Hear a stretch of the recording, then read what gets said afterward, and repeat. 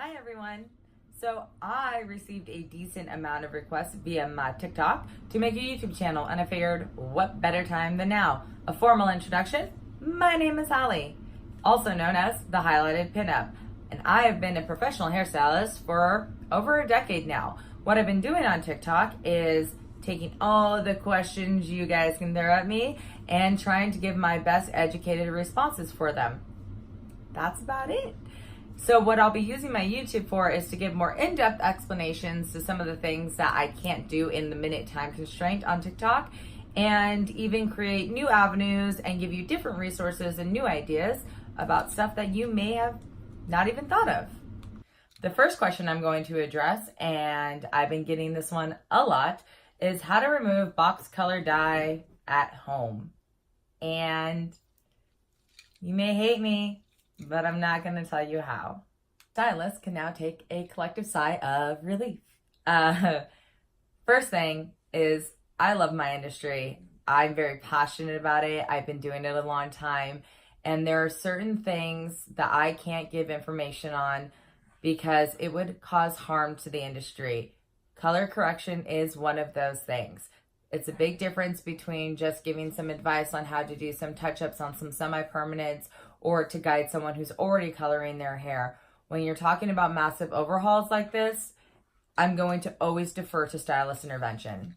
Now, before everyone hates me, I'm going to give some reasons. First and foremost, box colors are incredibly tricky.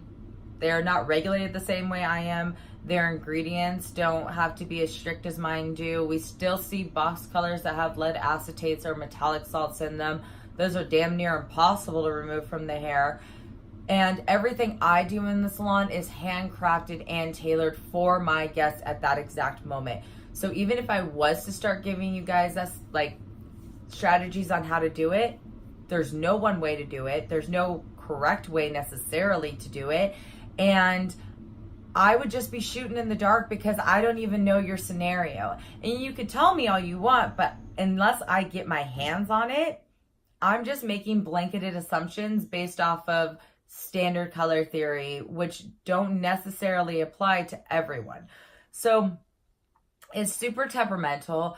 I have seen corrective colors go sideways on even the most experienced stylists, myself included. I would completely be lying if I said I didn't underestimate something and make a mistake. So with all of our knowledge and everything that we do and how much practice and education we have, if things can still go wrong, there's not a lot of hope for someone to do it without any structure or system in their bathroom.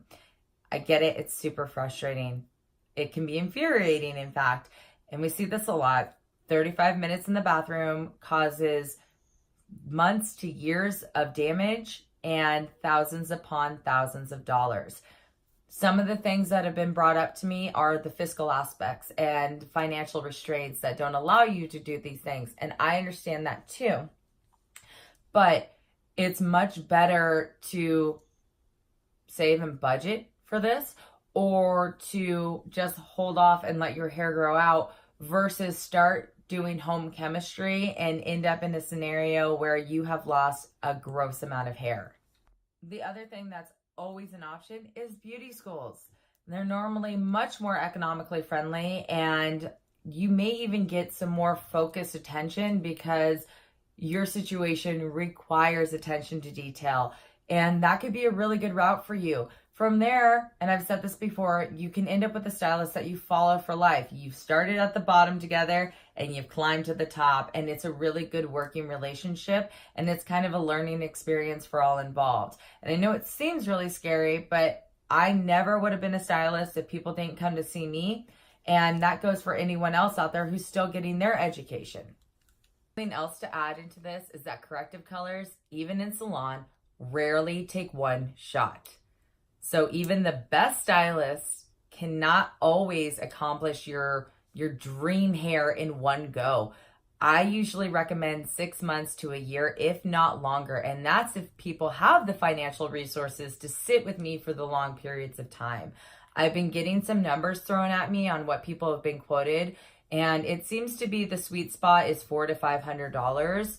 If you were to sit with me in one session, and let's say it took around 10 hours, which is about normal when you're starting a corrective process, you're probably going to be walking out the door paying upwards of $1,400. And that's not including the product I'm going to make you take with you.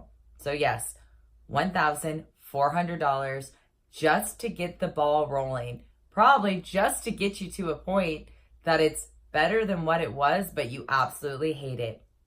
No one really ever escapes the orange phase, regardless of how loaded you are. It doesn't really work like that. So it's tricky. And if it's an undertaking that some stylists even turn away, you have to think of that in terms of what are your qualifications to do your own hair at home. Now that we got all that stuff out of the way, I can give you some advice on what to do to start the process while you may be interviewing stylists and collecting some finances to get this done. First and foremost, clarifying and chelating shampoos are wonderful. What they'll do is they'll help keep removing the artificial pigment that's locked into the hair. It's not going to take it all out, but it's going to definitely make it easier for your stylist to remove. Another thing, if you're going to take that route, is make sure that you're using good masks and restorative treatments. What happens with that is it'll save your hair because aggressive shampooing is really, really hard on your hair. It'll also drive deeper into the hair shaft than a color molecule and push the color out. We even see this with colors that we love, is we'll do a treatment and it'll drive the molecule out because it's smaller. So that helps. It helps the process, and it helps you go into a stylist and say, hey, let's work together and do this. Also, stop coloring. Stop coloring it. I get that a lot, where people will follow my steps and then they'll say, I have this root, so I dyed it last week, but I've still been doing the shampoos. And I'm like, our process is right back to square one, and it's actually much harder to even do this because the molecules on the end have now all been reactivated. That happens when you keep adding peroxide into oxidative dyes. Now, is it impossible to correct your own hair at home? Absolutely not. I've seen it. I have seen it. Is it successful?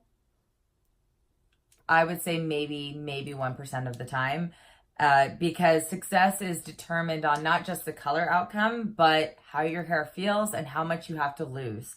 So usually the color reward in that scenario does not outweigh the risk of doing it by yourself.